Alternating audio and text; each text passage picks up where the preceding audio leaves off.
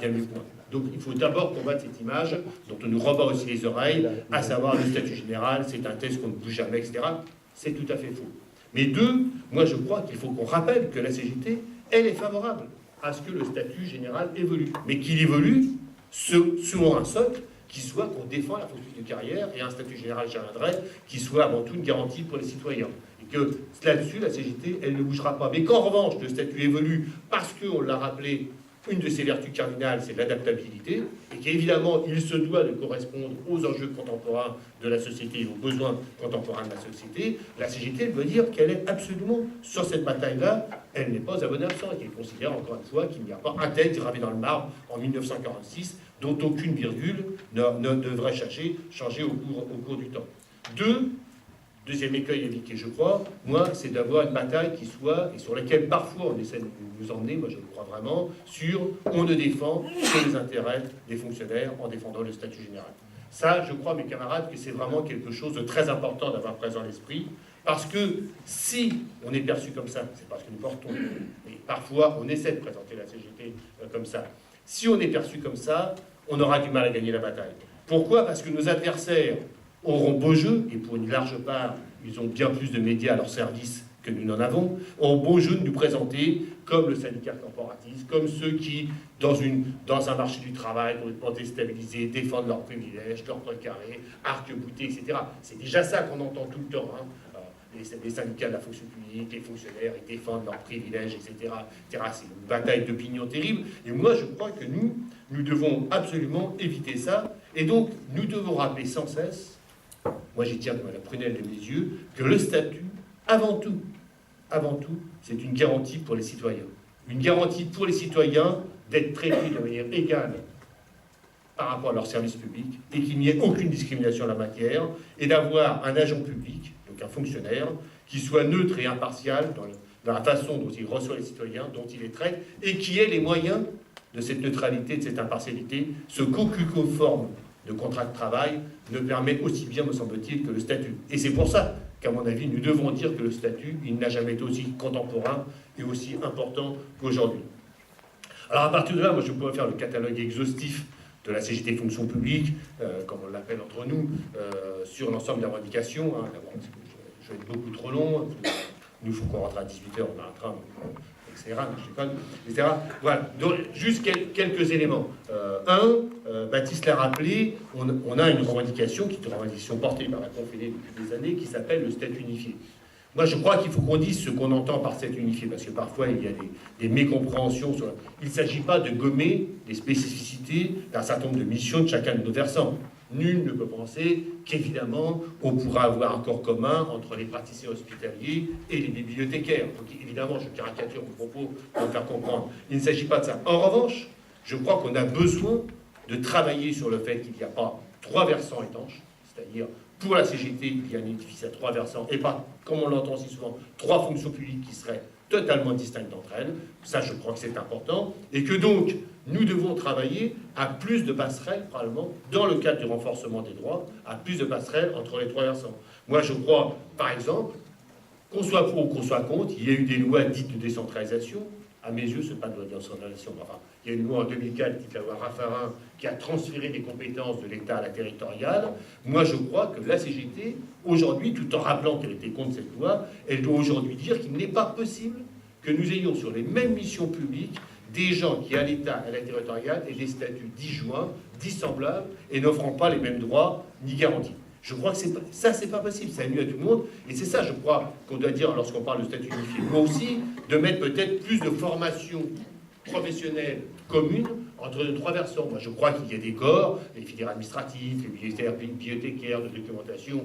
Il y a des missions sur lesquelles il n'y a pas forcément entre les trois versants des disparités essentielles et sur lesquelles peut-être nous gagnerions à avoir des écoles de formation communes ou des troncs communs de formation qui permettraient de pouvoir là aussi correspondre mieux à ce qu'on appelle le statut unifié. Voilà, je donnais quelques exemples de ce qu'on entend par statut unifié. 2, titularisation massive. Parce que tout à l'heure, j'ai dit le statut général, c'est le statut des fonctionnaires. Mais là aussi, moi, souvent, je bondis quand on nous dit qu'il y a 5,2 millions, 5,4 millions de fonctionnaires en France. C'est tout à fait faux. C'est tout à fait faux. La fonction publique a en son sein près d'1 million d'agents en permanence, qui sont des agents non titulaires, et souvent, mes camarades, réduits dans des poches de précarité que malheureusement le secteur privé n'aura rien à nous envier. Quand ce n'est pas que ce soit pire d'ailleurs, parfois que dans le secteur privé. Or, c'est tout à fait une anomalie. Moi, je crois que la CGT, nous ne devons pas céder un pouce là-dessus sur un emploi permanent, sauf circonstances absolument exceptionnelles, doit correspondre à un emploi de fonctionnaire. Je le dis parce que ça me paraît un enjeu important, et je constate, je crois qu'il faut le dire aussi, que malgré les plans dits de résorption de la précarité, on en a eu plein. Anicet en avait mis en place, alors s'il a été nommé ministre, qui s'est allé sur plusieurs années, puis d'autres, moins bons, mais d'autres sont quand même intervenus, Sapin, Perben, Sauvadet, etc. Je le dis à chaque fois, c'est hallucinant. À chaque fois qu'un plan se conclut, il y a au moins autant, si c'est davantage, de non-titulaires qu'il y en avait avant le début du plan.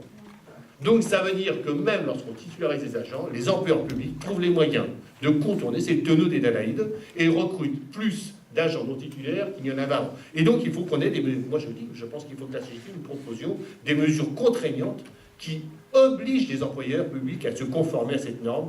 L'emploi permanent dans la fonction publique, c'est un emploi de fonctionnaire. Je pense qu'il faut, je l'ai dit, on n'abandonnera pas la bataille sur le fait qu'il faut remplacer les cadres d'emploi de la territoriale par des corps. C'est une position de la CGT. La loi Galland, de ce point de vue-là, n'est pas satisfaisante. Moi, je suis de ceux qui pensent, je suis frappé d'ailleurs de ça, quand la gauche, appelons-la comme telle, arrive au gouvernement, elle ne revient, contrairement à la droite, elle ne revient jamais sur ce que la droite avait fait. Et donc, depuis 1987, la loi Galland a institué des cadres d'emploi dans la fonction territoriale, on n'est jamais venu dessus. Moi, je crois qu'il faut dire que la CGT, elle se prononce partout dans les trois versants physiques pour le retour à des corps statutaires de plein exercice. Je vais très vite. Fin du 30e indivisible. Je rappelle qu'on est dans une situation où, à la fonction publique de l'État, lorsqu'un agent fait grève, s'il fait grève 1 heure, il se verra prélever le 30e indivisible. Là aussi, ça n'était pas le cas à Nicelle, dans le statut prévu une proportionnalité de la retenue des grèves par rapport à la durée effective. La droite est revenue dessus, c'est le fameux amendement d'Ilan Massour, je ne vais pas être très long. Ça n'a jamais été défait. Alors même pourtant, moi je ne suis pas un fervent de l'Europe, mais alors même pourtant que l'Europe rappelle régulièrement à la fonction publique et au gouvernement qui succède que cette situation est tout à fait anormale.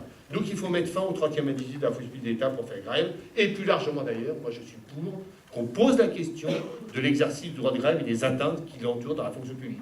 Les services minimums, les réquisitions, les machins. Encore une fois, il ne s'agit pas de dire, par exemple, qu'évidemment, lorsqu'il y a grève, personne ne va dire qu'il faut que l'hôpital public soit entièrement fermé et que les gens meurent dehors. Personne ne dit ça chez nous. Mais en même temps, on est dans une situation aujourd'hui où, objectivement, les atteintes au droit de grève empêchent de faire grève. Et d'ailleurs, je rappelle qu'il y a des personnels qui sont interdits de droit de grève pour des raisons absolument incompréhensibles.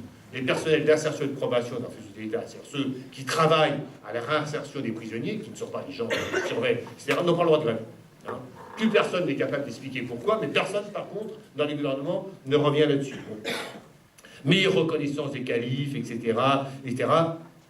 Plénitude du concours. Moi, j'attire votre attention, il y a un rapport qui est sorti, je crois, l'année dernière, ou il y a 2 ans, qui s'appelle le rapport Lortie, où le gars qui a fait ce rapport, qui s'appelle M. Lortie, signalait un truc qui est quand même hallucinant, c'est que dans la fonction publique, dans les 3 versants, aujourd'hui, tous les ans, il y a plus de recrutement hors concours qu'il n'y a de recrutement par concours dans la fonction publique, dans les 3 versants. Eh bien, je crois qu'il faut qu'à la CGT, nous disions, ce n'est pas notre position, le concours, même s'il doit être réformé, même si on peut réfléchir à la façon dont les épreuves sont conçues, etc., bien entendu, mais le concours, c'est le meilleur garant de l'accès d'égalité aux emplois publics que la CGT défend toujours, etc., etc. Voilà, donc le statut, juste pour dire, n'est ni un objet du passé, ni un frein aux évolutions, tout à l'inverse, pour la CGT. Et quand je dis pour la CGT, moi je veux dire pour toute notre CGT, parce que je crois que, bien entendu, c'est un combat que nous menons dans nos 3 organisations, sur les 3 versants, etc. Ça va de soi. Il n'y a pas de sujet, etc. Même s'il peut y avoir des questions, des débats entre nous. Mais par ailleurs, au-delà de ça, moi je crois qu'évidemment, c'est un enjeu confédéral au bon sens du terme, parce que le statut général, c'est quelque chose qui touche justement à la citoyenneté et à notre conception du progrès social et du progrès pour toute la population, est forcément un enjeu confédéral et qui doit trouver, bien entendu, des traductions confédérales. Ah, ça vous avez dans vos chemises d'ailleurs, l'initiative qu'on avait faite en janvier, où je m'en réjouis, le secrétaire général de la CGT, Philippe Martinez, était venu d'ailleurs débattre avec Anicet Le Pors de l'importance du statut général dans la dans la société d'aujourd'hui. Voilà. Donc, je crois qu'il faut qu'on dise, nous, que la CGT, nous considérons qu'à partir de là, que le statut, c'est pas un frein, c'est pas un handicap, mais au contraire, c'est un progrès social incomparable, et c'est quelque chose qui, aujourd'hui, plus que jamais, correspond à quelque chose de moderne. Ceux qui sont en face, souvent, nous taxent de dinosaures. Je me suis moi-même auto-taxé tout à l'heure de dinosaures par rapport à un certain nombre de choses. Mais là, je veux le dire, je crois qu'il faut que nous redonnions à notre CGT cette image de modernisme et que défendre le statut général, ça n'a rien de ringard.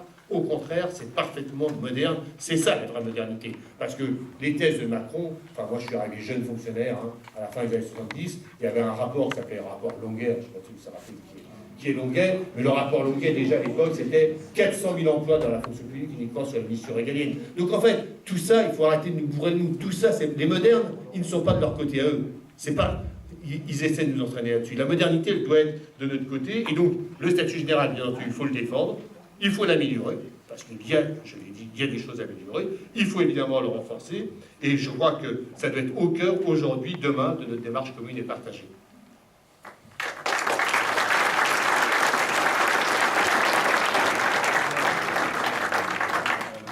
Merci Jean-Marc. Donc j'ai deux inscrits, Denis Schnabel et Christophe Gourmelin tout devant, et puis après un camarade là-bas. Donc n'hésitez pas à vous inscrire et puis surtout présentez-vous avant votre intervention. Merci.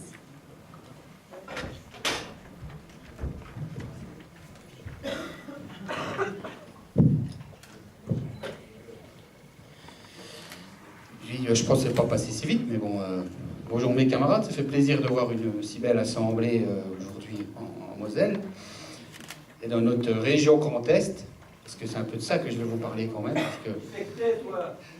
Oui, excusez-moi. Donc je suis Denis Schnabel, secrétaire du comité régional de Lorraine et puis coordinateur de la CGT Grand Est, puisque nous avons monté une coordination des 10 unions départementales et des 3 comités régionaux sur ce nouveau territoire. Par la force des choses, mes camarades, et d'ailleurs il y a des camarades ici qui peuvent en parler très bien, puisque les fonctionnaires de l'État ont été très vite touchés par cette réforme territoriale, et donc il nous a fallu rapidement retrousser nos manches pour travailler ensemble ces questions et les conséquences. C'est un coup du MEDEF. Donc, par rapport à cette réforme territoriale, à la réforme, je voulais quand même dire un mot. Bon, effectivement, on s'organise sur ces questions-là, mais la réforme en cours n'est pas terminée. Macron, dans sa campagne électorale, nous a bien rappelé que derrière, c'était l'enjeu sur la question des départements, la remise en cause de ces départements par rapport à la métropolisation galopante. Ce qui veut dire aujourd'hui qu'en Grand Est, nous avons 3 métropoles, Metz sera reconnue au 1er janvier 2018, hein, donc Nancy et Strasbourg, et que les conséquences vont être la suppression probablement des départements où il y a en lieu et place de métropole. Ce qui veut dire que véritablement, au niveau de nos services publics, pas seulement, hein, mais on aura une vraie réflexion à avoir sur ces questions-là. Et je pense qu'on est un petit peu, donc j'ai un peu alerté la Confédération là-dessus, parce qu'on est un petit peu en recul. Bon, c'est une remise en cause vraiment de l'État régalien, de l'égalité de traitement des citoyens, des salariés, des privés d'emploi, enfin de tout le monde. Je veux dire, c'est vraiment une remise en cause de notre République comme elle était construite, ces réformes. Et elle vise vraiment à mettre en place une Europe fédérale, une Europe des métropoles. Tout ça pour vous dire que je pense qu'il faut quand même qu'on réfléchisse, puisque toutes ces attaques sont cohérentes. Toutes les attaques qu'on a depuis une dizaine d'années, ça a été sous-entendu, mais sont vraiment cohérentes depuis Sarkozy, y compris les attaques sur les statuts des fonctionnaires, vont dans le même sens que ces réformes territoriales qui visent vraiment à laisser au capital, permettre au capital de s'emparer de plus en plus des fonds des services, des fonds de l'État, y compris des fonds européens. Et Et donc, à mon sens, quand même, les luttes... pour la petite histoire, hier, on était avec des camarades allemands de chez Verdi, puisque nous avons une coopération syndicale avec la première fédération mondiale en termes de syndiqués, puisqu'ils ont 3,5 millions de syndiqués, et ils syndiquent notamment les fonctionnaires en Allemagne, mais pas seulement aussi, le commerce et puis les services. Donc, on faisait le point par rapport aux conséquences des réformes et des lois Hartz. Ben, je peux vous dire qu'il y a beaucoup de choses qui vont être transformées en France, hein, puisque Macron va dans le sens dont le Hartz-IV, c'est-à-dire remise en cause des privés d'emploi. Si vous êtes privé d'emploi demain, que vous avez sur votre compte en banque un petit pécule, vous n'avez pas le droit de toucher les allocations puisqu'il faut utiliser le pécule, etc. Ça va très loin. Et les camarades nous disaient que de toute façon, souvent, dans les familles, c'est un vrai drame, puisque les enfants reviennent à la maison quand ils se retrouvent au chômage, des fois à 40 ans avec deux... Enfin, ce qui est vécu en Allemagne, aujourd'hui, nous présage rien de bon pour l'avenir, parce que c'est ce qui est en train de nous préparer, et c'est vraiment une logique européenne qui est en train de se mettre en place, donc il faut en être conscient. Et les luttes que l'on a à mettre en place sont vraiment à ce niveau-là, au niveau européen. Donc, moi je pense que la manifestation du 10 octobre aussi était un signe assez fort, puisqu'on a vu quand même beaucoup de camarades dans cette période où on essaye de nous asphyxier sur tout un tas de réformes. Hein. Vous savez qu'on va continuer encore sur la formation professionnelle, sur les retraites, etc., comme ça a été dit par Jean-Marc. Je pense qu'il y a eu un signe fort quand même de voir des camarades, y compris du privé, venir le 10 octobre. Puisque plus que jamais, on doit être ensemble, vraiment, on doit se coordonner sur les luttes publiques-privées. Et je pense que ça va être tout le sens un peu de ce que vous êtes en train de lancer aujourd'hui, c'est-à-dire la campagne électorale dans la fonction publique. Parce que nous, au niveau de l'interprofessionnel, je regarde Dimitri parce qu'il est secrétaire de l'UD, mais on veut vraiment essayer de travailler une cohérence sur cette campagne électorale. Alors, sur le territoire. Donc, moi, ce que je vous propose, c'est que cette belle initiative, aujourd'hui, elle nous permette de travailler cette cohérence, parce que le rapport de force, il se traduit aussi dans la représentativité syndicale, il se traduit aussi dans le nombre d'adhérents. Je vous apprends rien, mais enfin, c'est une réalité. Et donc, ces élections, en 2018, on n'a pas le droit de les perdre. Il faut qu'on reste premier dans la fonction publique, la CGT. Et ça veut dire aujourd'hui qu'on est tous concernés, public, privé, tous les camarades de la CGT, sur ces élections qui vous animent. Donc je vous propose aussi que derrière, ça se traduise par vraiment une coordination, une animation, y compris sur les aspects revendicatifs au niveau du territoire. Merci Denis. Merci tout de même. Donc, bonjour mes chers camarades. Je voulais rappeler, en fait, comme tu l'as dit, Jean-Marc, en fait, les aspects positifs, en fait, quand je suis rentré dans la fonction publique. Donc, j'ai réussi. Présente-toi, s'il te plaît. Donc, je suis Christophe Gourmelin, je suis à la CGT Finances Publiques de Moselle. Donc, grâce à un concours que j'ai pu passer, donc je voulais rappeler, en fait, vraiment les bons aspects du concours. C'est grâce à ça, en fait, tout le monde peut réussir, quelle que soit son origine sociale, sa couleur de peau, sa religion, puisque la fonction publique, elle offre quand même à n'importe quel âge, il suffit d'avoir des diplômes ou pas, on peut rentrer. Vraiment, le mérite est reconnu, contrairement au privé. Donc, grâce à ça, j'ai pu bénéficier d'un an de formation donc, à l'École nationale des finances publiques donc de Clermont-Ferrand, où j'étais payé près de 2 000 € net par mois. Donc, c'est pas négligeable. Pendant un an, avec nourri, logé et tout. Donc on y rencontrait des gens de toute la France. Donc la mobilité dans la fonction publique, elle se vit dès l'entrée, contrairement à ce qu'on peut entendre. Et malheureusement, quand je suis arrivé dans les services, bah là, on déchante, puisque la DGFiP j'avais entendu le chiffre tout à l'heure de 10 000, c'est plus de 35 000 emplois supprimés depuis plus de 10 ans. Donc malheureusement, notamment dans les communes rurales, de nombreuses trésoreries ferment.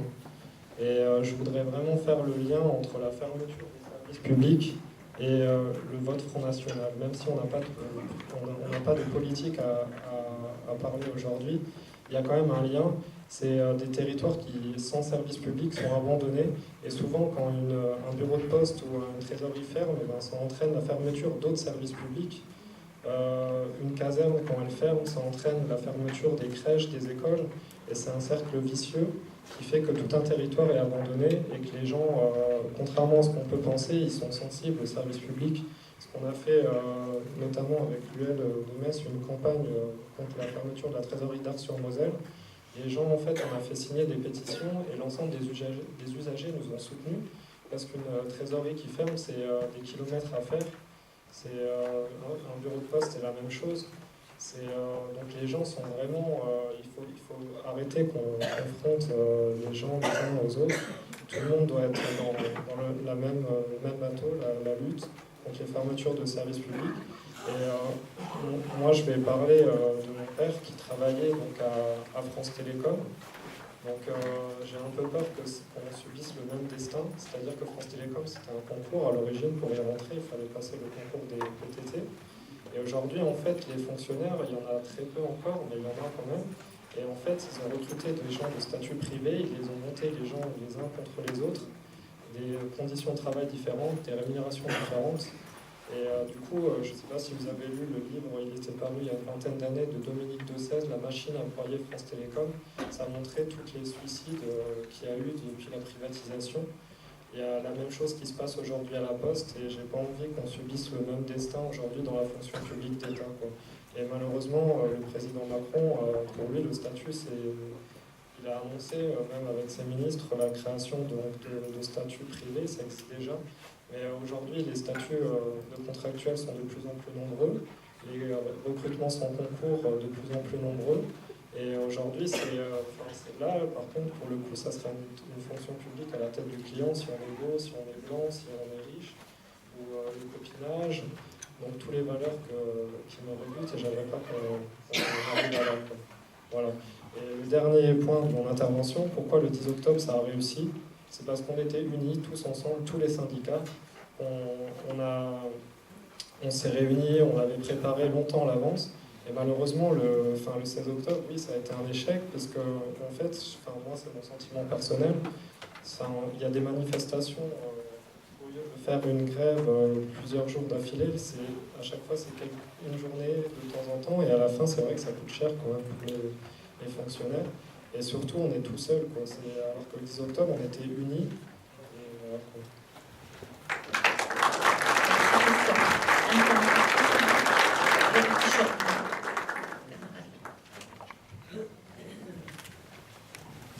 Bonjour, je m'appelle Christian Poisson, je suis agent contractuel d'ailleurs de l'Université de Lorraine. C'est une double question que je voudrais poser ici à l'Assemblée, particulièrement aux gens qui sont en ce moment à la tribune, parce que je pense qu'il faut s'interroger là-dessus, et Jean-Marc Canon tout à l'heure l'a plus qu'effleuré en parlant du statut qui doit être défendu par nous, non pas seulement comme défense, mais pour démontrer aux citoyens que c'est la meilleure de leurs garanties. Alors, évidemment, on est un syndicat, et donc, quand on est un syndicat, on doit défendre. On doit défendre des revendications salariales, on doit défendre des revendications sur les conditions de travail, on défend nos camarades, nos collègues. Mais, ça a été dit tout à l'heure à l'Assemblée, à la tribune, pardon, on voit bien que pour défendre le service public, on a beaucoup de mal, y compris auprès de nos propres collègues, parce que quand même, c'est vrai que la journée du 10 octobre a été pas mal, mais quand on est lancé à MSA, on est dans des villes dont le premier employeur est quand même la fonction publique. Et pour des villes dont le premier employeur est la fonction publique, c'est ceux qui, comme moi, étaient dans les manifs, on a quand même vu qu'on n'avait pas rempli la ville avec nos collègues. Il faut quand même être honnête. Bon. Eh bien, je dis que nous avons du mal, auprès de nos propres collègues, à faire passer la notion de service public et le bienfait du service public. Pour le reste de la population, c'est encore pire. Donc voilà ma question, ma double question. Est-ce que véritablement, dans l'esprit de ce que tu as dit tout à l'heure, sur ce service public qui est un bienfait pour les citoyens, est-ce que nous pouvons imaginer une espèce de campagne positive dans laquelle nous attaquons ceux que tu as appelés le camp d'en face, et que j'appelle le camp d'en face, pour démontrer, pas seulement sur la question du statut, mais comment une France du XXIe siècle a besoin d'un service public rénové, actif, et encore plus à l'avant que ce qu'il a été jusqu'à maintenant. Première chose, est-ce que la CGT peut faire ça? Et secondo, et je n'ai pas la réponse, ce n'est pas une question piège, c'est une véritable question que je me pose, c'est sur quel thème exactement faire cette démonstration. Voilà, ce sont les deux questions que je pose aujourd'hui.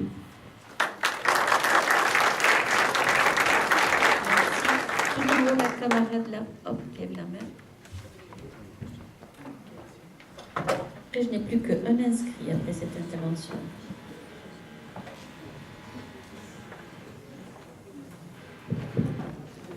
Bonjour camarades, Sabine Garot, donc conseillère d'insertion et de probation et secrétaire locale adjointe pour la CGT SPIP, service pénitentiaire d'insertion et de probation pour tous ceux qui ignorent la signification de ce sigle. Donc je ne vais pas répéter ce qu'ont indiqué les camarades précédents parce que je les souscris complètement et que je ne vais pas non plus faire traîner les choses en longueur. En revanche, ce qui me semblait important de souligner, à la fois après l'intervention de Baptiste et celle de Jean-Marc, c'est la force de la CGT sur ses collectifs, sur les trois versants. Parce que, contrairement à d'autres syndicats qui ne sont pas forcément organisés de la même façon que nous, on a cette force, même si ça demande beaucoup d'organisation, même si c'est compliqué de pouvoir trouver des dates dans les agendas. Moi, pour ma part, je suis référente santé-sécurité au travail sur mon syndicat.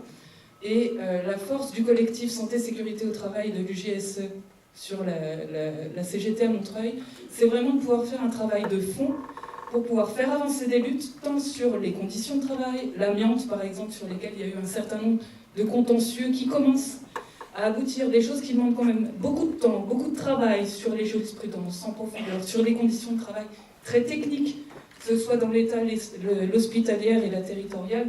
On a quand même des quotidiens de travail très différents mais complexes et qui peuvent mettre en danger nos santé. Et sur ce secteur-là, moi je vois vraiment les bienfaits d'appartenir à la CGT et de travailler tous ensemble pour pouvoir ne pas être isolés, parce que chacun dans son coin, c'est pas comme ça qu'on avance, et pour pouvoir avoir vraiment du fond pour que les actions, elles portent en justice. Alors petite boutade sur le contenu du service public, bien souvent ce qu'on entend sur la justice, c'est qu'elle est lente. Elle est lente, et bien c'est pas la justice qui est lente, c'est le fait qu'on n'a pas assez de fonctionnaires pour pouvoir la faire travailler plus vite aussi. Donc voilà, ça c'était mon petit aparté que je vous dis très souvent, parce que j'en ai un peu marre d'entendre ça. Dernière chose, toujours sur ce volet-là, les ordonnances travail, elles ont supprimé pour le privé le CHSCT. Je crains que pour le public ça soit dans les dossiers à venir. C'est mon cheval de bataille parce que je vois au quotidien les conditions de travail dégradées tant dans mon service, dans mon secteur, dans la juridiction, dans mon département, dans tous les domaines. Si on n'a pas une instance dédiée pour pouvoir évaluer correctement les conditions de travail, pour pouvoir s'approprier les risques psychosociaux qui touchent tout le monde, clairement, ça passera à la trappe. Ça passera à la trappe parce qu'en comité technique, on n'a pas le temps de pouvoir aborder ça et parce que ça demande quand même une compétence technique tellement particulière, pointue, que si on supprime ces instances-là, c'est le meilleur moyen de dire on sait, ça existe, mais on n'en parle pas et on ne fait rien pour amener tant de la résolution pour les situations déjà critiques qui mettent en danger la vie de beaucoup de professionnels, mais alors encore moins en prévention. Et ça serait l'idéal à atteindre pour pouvoir parvenir à de la prévention